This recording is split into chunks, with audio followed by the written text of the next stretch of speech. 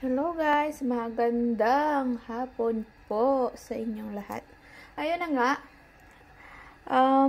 dahil wala yung amo ko, at saka time check po tayo, 1:23 na, nagugutom ang lola nyo. Magpiprito po tayo ng daing na nabili ko po sa Sensyong.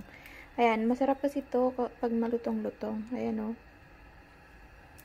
Hindi ko na siya hinugasan para hindi matanggal yung lasa niya.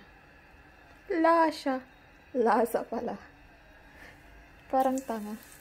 Ayan o. Wow naman. Ang sarap. Dahil gutom ang lola nyo, magluluto tayo ng daing sa sardinas.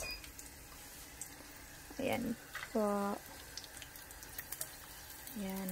May pailaw si Nayora. Madilim. Ulan kasi ng ulan. Ang sarap kumain ng mga dry.